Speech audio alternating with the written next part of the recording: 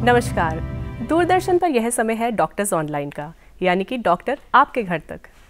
Ministry of health का यह एक ऐसा इनिशिएटिव है जो चाहता है कि आप तंदुरुस्त रहें और सेहतमंद रहें, साथ ही आपकी सेहत से जुड़ी हुई सभी जानकारियां आप तक सही समय पर पहुंचती रहे। मानव शरीर शुरू से ही चुनौतियों से ग्रस्त रहा है और सबसे बड़ी चुनौती है डिसेबिलिटी, यानी कि दिव्यांगता। पूरे विश्व में 3 दिसंबर को वर्ल्ड डिसेबिलिटी डे के रूप में मनाया जाता है। तो आइए देखते हैं एक रिपोर्ट।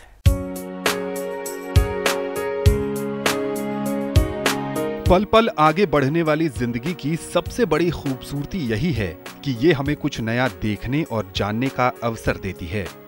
हम सब की तरह दिव्यांग भी तमाम चुनौतियों के बीच अपने लक्ष्यों को हासिल करने की ओर आगे बढ़ रहे हैं। हर वर्ष की तरह 3 दिसंबर के दिन दुनिया भर में विश्व दिव्यांग दिवस मनाया गया। ये दिन दिव्यांगों के सशक्तिकरण के लिए मनाया जाता है, जिसका मुख्य मकसद इस रफ्तार भरे जीवन में दिव्यांग व्यक्तियों के लिए समान अधिकार और विकास की संभावनाओं को सुनिश्चित करना है। वर्ष 2018 का थीम है विकलांग व्यक्तियों को सशक्त बनाओ तथा उनके समावेश और समानता को सुनिश्चित करो। भारत सरकार ने दिव्यांगों को 21 श्रेणियों में रखा है। ये इस प्रकार हैं: दृष्टिबाधित, अल्पदृष्टि, कुष्ठ रोगी, श्रवण बाधित, चलन निशक्तता, बौनापन, बौद्धिक निशक्तता, मानसिक रोग, ऑटिज्म, सेरेब्रल पाल्सी, मांसपेशी दुर्विकार, chronic neurological conditions, specific learning disability, multiple sclerosis, वाक एवं भाषा निशक्तता, thalassemia, haemophilia, sickle cell disease, बहु निशक्तता, तेजाब हमला पीड़ित और पार्किंसंस।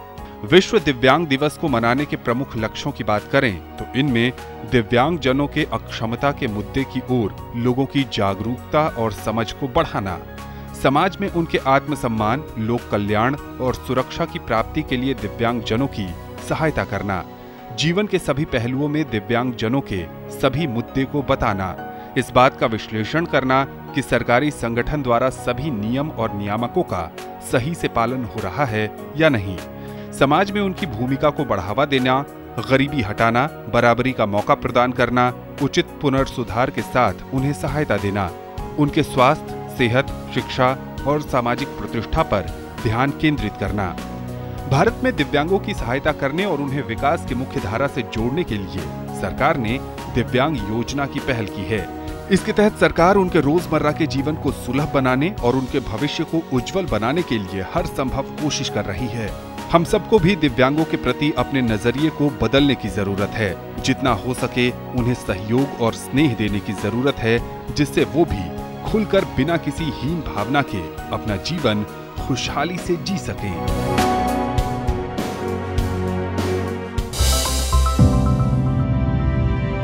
दिव्यांग, उनसे जुड़ी चुनौतियां और उनके इलाज के बारे में जानेंगे हम अपने एक्सपर्ट से। और आज हमारे स्टूडियो में मौजूद है professor HL Nag, department of orthopaedics and unit head, AIIMS. Sir, आपका बहुत बहुत स्वागत है। Thank you. और साथ ही हमारे साथ जुड़े हुए हैं professor SL Yadav, department of physical medicine and rehabilitation, AIIMS में। सर, आपका भी बहुत बहुत स्वागत है। जैसे कि हमने देखा कि वर्ल्ड वाइड हम डिसेबिलिटी डे को सेलिब्रेट कर रहे हैं, तो सर क्या इम्पोर्टेंस है, क्यों हम इतनी जागरूकता और इतनी चैलेंजेस जो हम फेस कर रहे हैं, तो इसको किस तरीके से हम सेलिब्रेशंस के थ्रू या अवेयरनेस के थ्रू लोगों तक पहुंचा सकते हैं? ये शुरुआत की थी यूनाइटेड नेशंस ने 1992 से।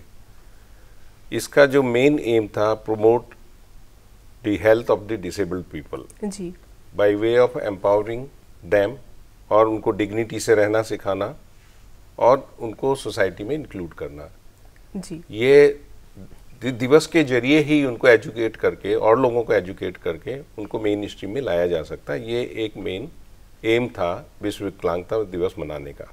तो हम इस दिन के माध्यम से लोगों में भी जागरूकता पैदा कर सकते हैं और साथ साथ ही जो डिसेबल्ड पीपल है उनको भी अपनी विकलांगता से जुड़ी हुई जितनी भी महत्वपूर्ण जानकारी है वो हम उन्हें प्रोवाइड कर सकते हैं। डॉक्टर नाग, मैं आपसे ये जानना चाहूँगी कि किस तरह की डिसेबिलिटी आम तौर पर देखी जाती है, क्या क्या टाइप्स हैं डिसेबिलिटी के जो कोई भी सब्जेक्ट फॉलो कर सकता है? डिसेबिलिटी जो है बेसिकली बहुत किस्म के हो सकते हैं, इसके कई कारण भी हो सकते हैं। अगर हम डिसेबिलिटीज़ के विभिन्न प्रकार के बारे में जिक्र करें तो शरीर के कोई भी अंग, अगर हम ले लें आँख, कान, अगर कुछ अपना काम पूरा ठीक से ना कर रहे हो तभी भी उसमें एक तरह का एक विकृति आ जाती है और उसमें एक दिव्यांगपन उसमें आ जाता है। उसी तरह से कोई आँख से कम देख पाना या बिल्कुल ना देख पाना, उसी तरह से कान से ना सुन पाना, या तो फिर दिमागी तौर पे जिसको हम मानसिक तौर पे बीमारी कहते हैं, उनमें भी ये जो है इसमें आ जाते हैं। और एक और है शारीरिक विकलांगता जी। जैसे कोई या तो बीमारी या तो बाय बर्थ या तो कोई एक्सीडेंट, किसी भी वजह से उनमें अगर कोई पूरी काम करने की क्षमता में कमी आ जाती है तो वो फिजिकल डिसेबिलिटी में। उसी तरह से कोई जैसे लर्निंग डिसेबिलिटीज़ हुआ, जी जी, कोई सीख नहीं पाते हैं, कुछ कर पाते हैं, तो ये, और इंटेलेक्चुअल डिसेबिलिटी, तो ये कई तरह के ये डिसेबिलिटीज़ आते हैं। मान लीजिए अगर किसी का कोई फ्रैक्चर हुआ है और वो फ्रैक्चर की वजह से अपनी नॉर्मल लाइफस्टाइल को नहीं फॉलो कर पा रहा है, तो क्या इसको भी डिसेबिलिटी में ही कंसिडर किया जाता है? नहीं, उसमें एक समझने की बात है, जैसे फ्रैक्चर अगर तो कहीं गिर गए, कुछ दुर्घटना हुई, वो एक वजह हुई, लेकिन अगर उसका इलाज ठीक से नहीं कर पाया जाए और उसमें कोई विकृति आ जाए और वो पूरी क्षमता से काम ना करे, तो वो जो है कुछ समय के बाद में जब वो बिल्कुल फिक्स्ड हो जाता है तब उसको हम डिसेबिलिटी में ले लेंगे। लेकिन अगर उसका सही इलाज किया जाए और उसकी फंक्शनल गेन हो जाए तो डिसेबिलिटी में नहीं रहेगा वो। लोकोमोटरी डिसेबिलिटी भी एक तरह की डिसेबिलिटी है, तो आप इसके बारे में रोशनी डालिए कि इसमें क्या क्या चीज़ें पाई जाती हैं। मांसपेशियों या हड्डियों जी, या नर्व से संबंधी जो विकृतियाँ होती हैं वो लोकोमोटर डिसेबिलिटी में ब्रॉडली आती हैं। वो बहुत सारी बीमारियों में आ सकती है, कोई न्यूरोलॉजिकल डिसऑर्डर में आ सकती है, फ्रैक्चर के बाद भी आ सकती है, या कुछ कंजेनाइटल जन्मजात बीमारियां होती हैं उसमें भी आ सकती है, या कुछ डेफिशिएंसी डिजीज होती हैं उसमें भी आ सकती है। तो इसके अंतर्गत सब्जेक्ट या जो मरीज़ है उसको किस तरह की परेशानियों को, चैलेंज को झेलना पड़ता है? या तो उनको अपने चलने की क्षमता कम हो जाती है जी, या दूसरा उनको पेन बहुत अधिक होता है चलते हैं तब, या अगर हाथों में कोई प्रॉब्लम है या डिफॉर्मिटी है तो उससे जितने भी अपनी एक्टिविटी ऑफ डेली लिविंग होती हैं, रोज़मर्रा की जो एक्टिविटीज़ होती हैं उनको करने में वो असमर्थ हो जाते हैं। जी। डॉक्टर साहब, आपने बीच में कहा था कि कारण, बहुत सारे कारण है डिसेबिलिटी होने के लिए, तो आप उनके ऊपर रोशनी डालिए कि क्या क्या मुख्य कारण है जिसकी वजह से डिसेबिलिटी आ सकती है शरीर में? एक तो होता है जैसे बाय बर्थ होता है जिसको हम कंजेनाइटल कहते हैं। जैसे सिंपल अगर हम उसकी बात कर रहे हैं फिजिकल डिसेबिलिटी की, तो बाय बर्थ अगर बहुत आम है वर्ल्ड वाइड, जैसे बच्चों के पैर का टेढ़ा होना, जी, है ना, तो वो एक प्रकार से वो मतलब वो विकृति जब बच्चा डेवलप हो रहा होता है तो गर्भ में ही हो जाती है, तो वो कंजेनिटल में आ जाती है। उसी तरह उसमें बहुत तमाम चीज़ों की बीमारियां हैं, उनमें उसमें सिर्फ एक अंग नहीं है, कोई भी अंग उसमें प्रभावित हो सकता है, और ये जो डिसेबिलिटी है उस पर निर्भर करेगी कौन सा अंग उसमें प्रभावित हुआ है। तो एक एग्जाम्पल हुआ। दूसरा हुआ कि कोई बीमारी से एक अंग का नहीं काम करना। एक उदाहरण है जैसे पोलियोमाइलाइटिस, ये जन्म तक ठीक रहते हैं, जन्म के बाद इसमें ये बीमारी आ जाती है। और एक है जैसे कहीं कोई एक्सीडेंट या चोट लग जाना, जैसे आजकल जैसे रोड ट्रैफिक एक्सीडेंट्स वगैरह हैं, उसके बाद कोई अंग का काम करना कुछ कम हो जाता है, प्रभावित हो जाता है, तो डिपेंड करता है एक्सीडेंट्स के नेचर पर और ट्रीटमेंट पे। ये हुआ। दूसरा हुआ कि कुछ चीज़ें दिखती नहीं है, जैसे मानसिक विकृति, ये कब हुआ, क्यों हुआ, इसमें बहुत सारी चीज़ें हैं, सोशल, पॉलिटिकल, इकोनॉमिक, पॉवर्टी, बहुत सारी चीज़ें इसमें हैं, इनका इसके छाया रहता है, तो मानसिक रोग हुआ। फिर धीरे धीरे कुछ चीज़ जागरूक होता है, जैसे बच्चों को पता चलता है कुछ सीखने में कमज़ोर हैं, तो लर्निंग डिसेबिलिटी, तो इस तरह से ये एक्सपोज होती हैं धीरे धीरे। कोई बिल्कुल एकदम से जन्म के पहले से रहती हैं, कोई जन्म के बाद में जो है बहुत सारी बीमारियों की वजह से भी आ जाती हैं। किस हद तक हम डिसेबिलिटी को प्रिवेंट कर सकते हैं? बहुत ही शुरुआत अवस्था से ही रोक सकते हैं इसको। जैसे कि मैं आपको एक उदाहरण दूं कि जो फर्स्ट ट्राइमेस्टर होता है, पहले 3 महीने गर्भावस्था के होते हैं, उसमें कुछ वायरल इन्फेक्शंस भी होते हैं, जैसे एक टॉर्च वायरस होता है जिसको हम आसानी से आइडेंटिफाई कर सकते हैं जेनेटिक केमिकल टेस्ट से। दूसरा कंजेनाइटल मायोपैथीज होती हैं, उसके लिए भी हम टेस्ट से, कुछ जेनेटिक एबनॉर्मलिटीज़ होती हैं उनको भी हम गर्भावस्था में ही टेस्ट कर सकते हैं। तो फर्स्ट ट्राइमेस्टर में नॉर्मली हम देते हैं कि उनको फॉलिक एसिड लेना चाहिए। अगर फॉलिक एसिड फर्स्ट 3 मंथ्स में कोई भी गर्भ अवस्था में औरत लेती है तो कभी भी उसको न्यूरल ट्यूब डिफेक्ट नहीं होता है, काफ़ी पॉसिबिलिटी उसकी ख़त्म हो जाती है, और बहुत ही सिंपल ट्रीटमेंट है, कहीं भी अवेलेबल हो जाता है। आजकल सरकार ने हर PSC पे या छोटे छोटे सब सेंटर पे भी इसकी व्यवस्था की गई है। तो एक तो वो इशू हो गया। दूसरा, अगर कोई कुपोषित बच्चा होता है तो उसमें चांसेस बढ़ जाते हैं कुछ इन्फेक्शन होने के, जो कि इंडिया में बहुत ही कॉमन है, ट्यूबरक्लोसिस। ट्यूबरकुलोसिस को अगर सही वक्त पे डायग्नोसिस नहीं किया जाए या ट्रीट नहीं करा जाए तो उससे डिफॉर्मिटीज़ हो जाती हैं स्पाइन में जी। जिसको नक्कल डिफॉर्मिटी बोलते हैं, बाद में कुबड़ भी बोलते हैं उसका आम भाषा में।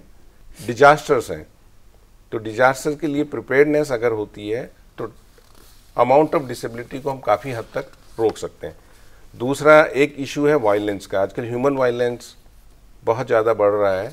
अगर उस पर भी हम लें कि क्या फैक्टर्स हैं, उनको हम आइडेंटिफाई करें तो हम काफ़ी हद तक डिसेबिलिटी को प्रिवेंट कर सकते हैं। दूसरा, वर्क प्लेस में हम ऑर्गेनाइज काम करते हैं, सेफ्टी मेजर्स को यूज़ नहीं करते हैं, तो नॉर्मली फॉल देखा जाता है। या कोकोनट ट्री पे जो लोग चढ़ते हैं फार्मर, अगर उनको हार्नेस इस्तेमाल कर लें थोड़ा सा तो नेचुरली वो गिरेंगे नहीं जी। गिरेंगे नहीं तो डिसेबिलिटी नहीं होगी। जैसे स्पाइनल कॉर्ड इंजरी बहुत कॉमन होती है ऐसे फॉल की वजह से। जी जी। तीसरा, अगर लेजिस्लेशन ले आए, safe riding, use of helmet, तो ट्रॉमेटिक ब्रेन इंजरीज जितनी भी होती हैं वो डिसेबिलिटीज हम काफ़ी हद तक रोक सकते हैं, अवॉइड कर सकते हैं। या बहुत ज़्यादा आपने देखा होगा बसों में या ऑटो रिक्शा में बहुत ओवर क्राउडिंग होती है, पैसेंजर की जो लिमिट प्रेस्क्राइब्ड है उससे ज़्यादा होते हैं, तो वो भी जब एक्सीडेंट होता है तो ज़्यादा लोग घायल हो जाते हैं या उनको वो सब्सिक्वेंटली डिसेबिलिटी में बदल जाती है अगर वो प्रॉब्लम ठीक तरीके से एड्रेस नहीं की जाए। तो दी कॉमन इश्यूज़ हैं जो डिसेबिलिटी को हम आराम से प्रिवेंट कर सकते हैं। सबसे अहम मुद्दा है एजुकेशन का। अगर हम लोगों को किसी भी जरिए या कोई प्रिंट मीडिया से या इलेक्ट्रॉनिक मीडिया से अगर हम लोगों को जागरूक करते रहें समय समय पर, वर्ल्ड डिसेबिलिटी डे 3 दिसंबर का है, मनाया जा रहा है, तो उसको भी अगर हम एनफोर्स करें, ज़्यादातर लोगों तक इन्फॉर्मेशन पहुँचाएँ तो काफ़ी हद तक ये चीज़ें कंट्रोल हो सकती हैं। दूसरा, एक ड्रंकन ड्राइविंग बहुत कॉमन है, बहुत ही कॉमन है। अभी मैं रिसेंटली जयपुर गया था तो वहाँ पे लेजिस्लेशन लाए हैं कि after certain time drink point भी अवेलेबल। तो उन केसेज में देखा गया है जो ट्रॉमेटिक ब्रेन इंजरीज होती थी, पक्षाघात होता था ब्रेन इंजरी से जी, वो ऑलमोस्ट 50% कम हो गई है। तो that is a great achievement. जी जी। तो ये सब चीज़ें प्रिवेंशन में काम आती हैं। तो एजुकेशन बहुत ही अहम मुद्दा है इसके लिए। तो बहुत ही छोटी छोटी बेसिक सी अवेयरनेस वाली चीज़ें हैं और एजुकेशन है जो पब्लिक के अंदर होनी चाहिए, जिसको हम पब्लिक अवेयरनेस भी कहते हैं, जो हम छोटे छोटे प्रोग्राम्स के थ्रू कर सकते हैं ताकि लोगों को एक बेसिक एजुकेशन मिले। जैसे डॉक्टर साहब आपने बताया कि कुछ बाय बर्थ डिसेबिलिटीज़ हैं, तो वो तो हम उनको कंट्रोल नहीं कर सकते या काफ़ी हद तक उनको प्रिवेंट कर भी सकते हैं हम कुछ हद तक। हाँ, जैसे हम प्रिवेंशन की बात करें, बहुत सारी चीज़ें तो भी आ गई हैं। जैसे एक बहुत अच्छा उदाहरण अभी मैं सबको समझने वाली चीज़ है, जैसे पोलियो का उन्मूलन। जी बिल्कुल, इरेडिकेशन, कंप्लीट इरेडिकेशन। तो इसमें क्या हुआ कि इसमें जो है एकदम ग्राम लेवल से लेके राष्ट्रीय स्तर तक भी इसमें सबका सहयोग था, आम जनता की, हर परिवार का। जिनके बच्चे छोटे थे उनको बार बार पोलियो की टीका के लिए ले जाना, माँ बाप को टीवी में जिस तरह से बड़े बड़े लोग वहाँ बताने लगे इसके बारे में कि प्रोग्राम है, तो एक तरह से अवेयरनेस, एजुकेशन एंड एक मूवमेंट की तरह से अगर लिया जाए हर चीज़ को। जैसे अभी हम बात कर रहे थे कि जो पेड़ में चढ़ते हैं नारियल तोड़ने के लिए, कोई भी इस तरह से खेतों में काम कर रहे हैं, तो वहाँ भी बहुत सारी चीज़ें हम प्रिवेंट कर सकते हैं। हाँ, तो अवेयरनेस, एजुकेशन, उनको भी जागरूक करें और जो सजग हैं, जो सबल हैं, वो भी उनके प्रति एक अपना रुख बदलें और सहयोग करें। एक्सीडेंट्स जो है वो ब्रेन इंजरी का एक बहुत कॉमनेस्ट कॉज है। तो ब्रेन इंजरी की वजह से अगर डिसेबिलिटी आती है, जैसे कि आपने बताया कि पैराप्लेजिक पेशेंट्स हैं या हेमीप्लेजिक पेशेंट्स हैं जो ब्रेन इंजरी से अफेक्टेड है, उनमें और किस तरह के विकार हम देख सकते हैं कि डिसेबिलिटी अफेक्ट कर सकती है उनको? उसमें जो ज़्यादातर देखा गया है, एक तो स्पास्टिसिटी बहुत ज़्यादा होती है, अकड़न जिसको बोलते हैं। दूसरा, उनका डिफ्यूज एक्सोनल अगर इंजरी होती है तो पूरा कॉग्निटिव डिसऑर्डर भी हो जाता है, कॉग्निटिव फंक्शंस का। मेमोरी डेफिशिएंट भी हो सकती है, sometime they become very aggressive, और बाकी के सारे जो कंपोनेंट हैं वो भी इफेक्ट हो जाते हैं उसमें। उनको सोचने समझने का भी नहीं होता, अगर वो ऑलरेडी जॉब में होते हैं तो जॉब नहीं कर पाते हैं जी। जो सेक्सुअलिटी से रिलेटेड इश्यू हैं वो भी सारे अफेक्ट हो जाते हैं। डॉक्टर साहब, किस तरह से रिहैबिलिटेशन ऐसे मरीजों में हेल्प करती है? देखिए, रिहैबिलिटेशन जब भी कोई पेशेंट आता है तो पहले असेसमेंट किया जाता है कि इम्पेयरमेंट क्या है उसके अंदर जी। इम्पेयरमेंट किसी के बॉडी के डिसफंक्शन से भी हो सकता है या एब्सेंस से भी हो सकता है। अगर बॉडीली डिसफंक्शन से हो रहा है तो उसमें क्या पोटेंशियल है मरीज के अंदर, उस पोटेंशियल को एक्सप्लोर करते हुए हम लोग बिल्ड करते हैं। जैसे सपोज किसी को एक्सीडेंट लगने से नर्व इंजरी हुआ, उसके बाद मसल्स में वीकनेस हुई, तो मसल स्ट्रेंथनिंग एक्सरसाइज बताएंगे। अगर ट्रॉमेटिक ब्रेन इंजरी हुआ, उसकी वजह से कोऑर्डिनेशन में प्रॉब्लम है, तो उसमें कोऑर्डिनेटेड जो ऑक्यूपेशन थेरेपिस्ट हैं उनके जरिए उनको एक्सरसाइज बताएंगे। डिपेंड करता है कि किस पर्सन को या किस मरीज को क्या चाहिए, व्हील चेयर से लेके walking stick, elbow crutches, axillary crutches, ये सब तरह की असिस्टेड डिवाइसेज दी जाती हैं। और साथ में ही अगर उनका वोकेशनल लॉस हुआ है, कोई अगर प्री इंजरी पहले कोई काम करता है तो वोकेशनल रिहेबिलिटेशन भी करा जाता है। अगर कोई मैरिड है या अनमैरिड है, सेक्सुअलिटी इश्यूज हैं, वो सेक्सुअल रिहेबिलिटेशन करा जाता है। या अगर बच्चे हैं तो प्री वोकेशनल रिहेबिलिटेशन भी करते हैं कि वापस से वो स्कूल को कैसे रिज्यूम करें जी। तो ये रिहेबिलिटेशन कर सकते हैं। अगर कोई एम्प्यूटी है, किसी का अगर हाथ या पाँव कट जाता है तो उसके इसमें प्रोस्थेटिक रिहेबिलिटेशन करते हैं। तो बहुत तरीके हैं रिहेबिलिटेशन करने के। और साथ में रिहेबिलिटेशन का ये भी फायदा है क्योंकि प्राइमरी डिसेबिलिटी तो हो गया है जी। जो उसके कॉन्सिक्वेंसेज लेटर स्टेज में आएंगे, चाहे इमोबिलिटी से आए, तो वो सारे भी हम चेक कर सकते हैं। यानी कि सेकेंडरी और टर्सरी जो डिसेबिलिटीज होनी होती हैं वो सारी रोकी जा सकती हैं टाइम से पहले रिहेबिलिटेशन मेजर्स के थ्रू। अर्ली डिटेक्शन का कितना रोल है डिसेबिलिटी को प्रिवेंट करने में? डॉक्टर साहब, आप इस बारे में ज़रा जानकारी देंगे? नहीं, ये तो बहुत ही अहम बात है, क्योंकि जहाँ देरी हो जाती है तो जो डिसेबिलिटी हो सकता तो रुक जाती उस अवस्था में, वो बढ़ जाएगी, जैसे अभी इन्होंने भी बताया। तो जो सेकेंडरी उसमें जो कॉन्सिक्वेंसेस आने हैं उसको तो कम से कम हम रोक सकते हैं। और एक डिसेबिलिटी के बारे में जब हम समझते हैं, जब हम समझाते हैं, तो उसका समाज में दोबारा हो पाना उसको भी हम कंट्रोल कर सकते हैं। तो कहने का मतलब कि जो नंबर ऑफ डिसेबल्ड हैं उसमें भी जो है सोसाइटी या कम्युनिटी का बहुत बड़ा रोल होता है कंट्रोल करने में। तो एक तो इंडिविजुअल हुआ, उसको किस चीज़ की ज़रूरत है, पहले तो क्यों हुआ ये डिसेबिलिटी, जैसे अगर कोई बीमारी से हुआ तो क्या बीमारी थी, इस तरह की डायग्नोज करके उसके जड़ तक पहुंचना। और जितना नुकसान हो गया उससे आगे नुकसान ना हो उसको ध्यान देना, और उस नुकसान को देखते हुए उस इंसान को जो डिसेबल्ड है उसको हम किस तरह से हम एक समाज के लिए एक हम उसको ये ना फील हो कि मैं अब समाज के लिए बर्डन बन गया हूँ, ना तो समाज को ये सोचना चाहिए कि हमारे लिए ये यूजलेस है। तो ये दोनों हालात को देखते हुए और उसको किस तरह से हम फ्रूटफुली हम उसको रिहेबिलिटेट करके सबकी भलाई के लिए, उसकी अपनी भलाई के लिए भी हम उसको कैसे रिहेबिलिटेट कर सकते हैं। इसमें सिर्फ एक कोई पर्टिकुलर केंद्र का या तो एक समाज का नहीं, लेकिन ये पूरे सबको मिल के हम एक या तो कोई पॉलिसी बनाएं या तो कुछ इस तरह के हमें लेजिस्लेशन लाएं, और इस तरह से हम इसको रोक सकते हैं। ये बहुत एक छोटा नहीं, ये बहुत लंबा काम है। क्या क्या पॉलिसीज़ है गवर्नमेंट की जो इनको फैसिलिटीज़ प्रोवाइड कर रही हैं, जिससे ये अपनी ऑक्यूपेशनल भी बहुत अच्छे से कर सकते हैं और अपनी लाइफस्टाइल को भी बहुत अच्छे से कर सकते हैं? जो डिसेबल्ड ऑलरेडी हो गए हैं उनकी रिहेबिलिटेशन के लिए, उनकी रिहेबिलिटेशन आमतौर पे सरकार जो है निःशुल्क हो, उसके लिए बहुत सारे प्रोविजंस हैं। और वो अगर स्कूल में पढ़ना चाहें, नहीं पढ़ पाते हैं, तो उनके लिए जो है एजुकेशन की व्यवस्था की गई है।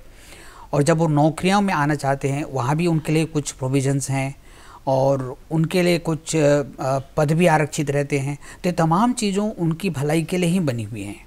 कुछ कंसेशनल भी चीज़ें होती हैं, जैसे उनको कुछ बेनिफिट्स दिए जाते हैं, कहीं उनको ट्रैवल करना है, कहीं कम्यूट करना है। जो नया भी लेजिस्लेशन आया है 2016 में, पहले 3% रिजर्वेशन था डिसेबल्ड के लिए, ना हम अभी 4% कर दिया, 1% का इजाफा हुआ है। अगर परसेंटेज ऑफ डिसेबिलिटी 80% से कम होती है तो उन लोगों को फिर अलग अलग क्लास में अलग अलग रिजर्वेशन मिलता है। जैसे फर्स्ट क्लास में उनको 50% रिजर्वेशन मिलता है।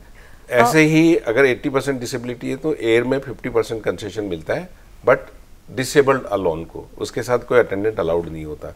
ऐसे ही बस में कंसेशन मिलता है। तो इस तरह से बहुत सारी स्कीम्स हैं जो फंडिंग करती हैं।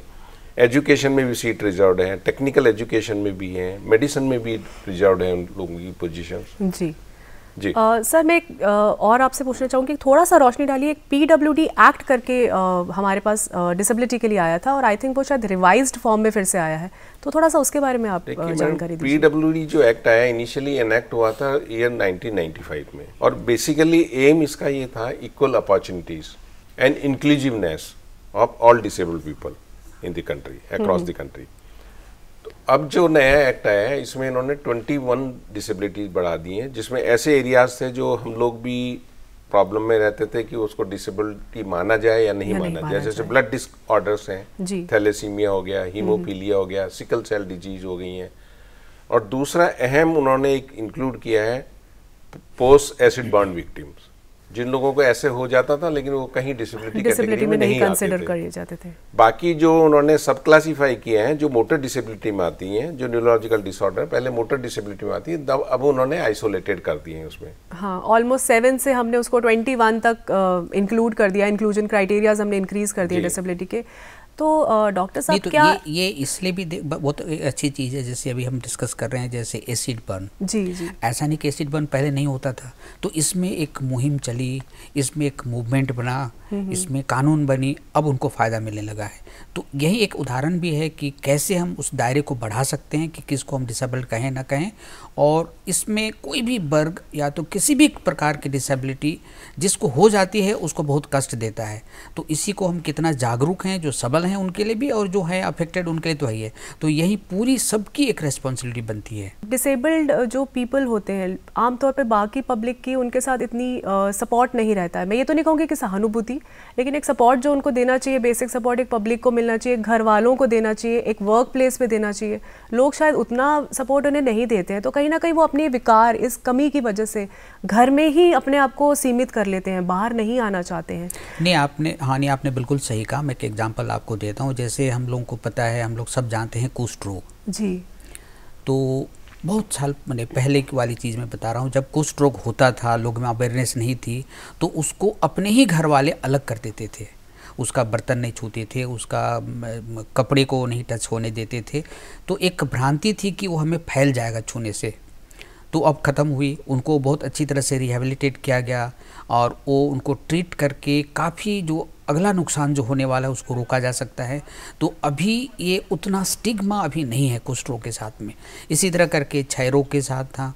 तो ये बहुत तब लंबी एक लिस्ट है जिनमें लोगों की भ्रांति या तो एजुकेशन के अभाव में लोग उनको एक गलत तरीके से उनको पेश करते थे उनके सामने। तो ऐसे ही कुछ और चैलेंजेस के बारे में मैं चाहूँगी कि आप बताएं कि विकलांग लोग किस तरह के चैलेंजेस, चुनौतियाँ आमतौर पर फेस करते हैं। जब तक कोई एक नोडल ग्रुप नहीं होगा वो really can take care of disabled, तो मुश्किल रहेगी। दूसरा, अभी सोसाइटी में भी इंटीग्रेशन नहीं हो रहा है। फैमिली इटसेल्फ भी डिसेबल्ड की वो लोग भी स्टिग्मेटाइज्ड हैं जी। और जितने भी बैरियर्स हैं, जैसे जब भी इंक्लूजन की बात करते हैं, everything should be barrier free. अभी बैरियर फ्री मैं जैसे ही एंटर कर रहा था बिल्डिंग में, यहाँ पे बैरियर फ्री है, मैंने देखा कि स्लोप है। बाकी लेकिन जैसे हम लोगों ने अस्पताल में भी हमारे यहाँ सब बनवा रहे हैं, लेकिन हर बिल्डिंग अभी भी एक्सेसिबल नहीं है। जी। और एक्सेसिबल उनका वर्क प्लेस होना चाहिए, इंस्टीट्यूशन होना चाहिए, लीजरली कोई भी उनको एक्टिविटी करनी है, शॉपिंग में जाना है या सिनेमा जाना है, ये सब एरियाज उनके लिए होना चाहिए, जो कि बहुत बड़ा बैरियर है, बहुत बड़ा इशू है। और सोसाइटी भी अभी उनको बहुत अच्छे तरीके से नहीं देखती है, वो भी एक बहुत बड़ा बैरियर है। लेकिन धीरे धीरे जैसे जैसे अवेयरनेस फैल रही है, अब थोड़ा सा जो थॉट प्रोसेस है लोगों का वो चेंज हो रहा है। जैसे आपने कहा कि सहानुभूति नहीं होनी चाहिए, but they should B inclusive part of the society. हमें उनको अपने साथ ही मानना चाहिए। जो फंडामेंटल रूल्स हैं, राइट्स हैं, they should be also at par with those fundamental rights. जी। तो they should never be discriminated. जी बिल्कुल। नहीं, मैं इसमें ये नहीं कहूँगा कि मैंने उनको किसी सहानुभूति की ज़रूरत है, उससे मसला सॉल्व नहीं हो के थोड़ी सी बिगड़ जाता है। उनको इक्वल रेस्पेक्ट देना चाहिए, उनको इक्वली ट्रीट करना चाहिए। अगर किसी के साथ एक्सीडेंट हो गया, किसी ने किसी के ऊपर एसिड फेंक दिया, तो किसी की गलती नहीं है, एक हादसा है, तो उससे उभर के लोग और ऊपर आएँ और उनसे उनका भी समाज में बहुत कंट्रीब्यूशन की उम्मीद रहती है, वो कर सकते हैं। लेकिन ये अड़चन आ जाती है रास्ते में, इसलिए उनको सहानुभूति की नहीं, लेकिन उनको हम एक इक्वली ट्रीट करें, इक्वालिटी की एक साथ में रखने की जरूरत है। हाँ। जी बिल्कुल। एज अ रिहैबिलिटेशन टीम मैं चाहूँगी कि आप थोड़ा सा फोकस करें कि किस तरह की स्पेसिफिक रिहैबिलिटेशन या कुछ एक्सरसाइजेज या कुछ प्रिवेंटिव मेजर्स और डिसेबल्ड पीपल अपने लिए यूज़ कर सकते हैं। बार बार यही कहूँगा कि एजुकेशन इज मस्ट। जी। क्योंकि जब तक उनको quantum of disability understand patient नहीं करेगा या पर्सन इंडिविजुअल नहीं करेगा, तो बहुत डिफ़िकल्ट है कि उसको ठीक करना। और उस ठीक करने के लिए जो भी गोल हम बनाएंगे, तो उसमें क्या क्या डेफिशिएंसीज हैं, किस किस एरिया में है, और उनको हम कैसे स्ट्रेंथन कर सकते हैं, वो ही रिहेबिलिटेशन का फोकस होता है। डॉक्टर नाथ, आप भी ये बताइए कि और किस तरह की चीज़ें हम इनको एजुकेशन में हेल्प कर सकते हैं। इनको नहीं, एजुकेशन सबके लिए होना चाहिए जी। जैसे जो डिसेबल्ड हैं उनको तो हमें ख़ास तौर से ये बताना है कि वो अभी और बहुत कुछ कर सकते हैं ज़िंदगी में जी। उनका माना कि उनका एक अंग या तो कोई भाग नहीं काम कर रहा हो, लेकिन वो अपने को ऐसा हीन भाव से ना झांकें, है ना, और वो किसी से अपनी रहम के लिए हाथ न जोड़ें। उनकी अपने अधिकार हैं और समाज, हमारा देश उनके साथ है, ये उनमें भावना आनी चाहिए और उनको अपने अधिकार का उनको एक ज्ञान होना चाहिए। और जहाँ तक जो सबल लोग हैं सोसाइटी में, उनमें भी अवेयरनेस की ये ज़रूरत है। उनका बड़ा रोल है फर्दर प्रिवेंशन में और उनको कैसे मदद करें। और अब तो जैसे जहाँ तक रिहैबिलिटेशन का सवाल है, अभी तो जैसे जैसे जो हमारा डिसेबिलिटी का जो आंकड़ा और लंबा होते जा रहा है, लिस्ट किन किन को उसमें रखें ना रखें, तो उसी तरह से अब तो बहुत सारी ऐसी चीज़ें हो रही हैं प्रगति के साथ में, जैसे मोबाइल ऐप्स वगैरह भी आ रहे हैं जो एक पर्टिकुलर डिजीज़ को प्रिवेंट कर सकते हैं, जिससे डिसेबिलिटी अपने आप प्रिवेंशन के रास्ते में जा रहा है। आशा करती हूँ आपकी इन सभी जानकारियों से हमारे दर्शकों को बहुत बहुत लाभ हुआ होगा और स्टूडियो में आने के लिए आप दोनों का बहुत बहुत धन्यवाद। Thank you. अगर आपके भी कोई सुझाव हैं तो आप भी हमें लिख सकते हैं। हमारा ईमेल आईडी है doordarshan.online@gmail.com। तो अगले हफ्ते फिर से मुलाकात होगी एक नए विषय के साथ। नमस्कार।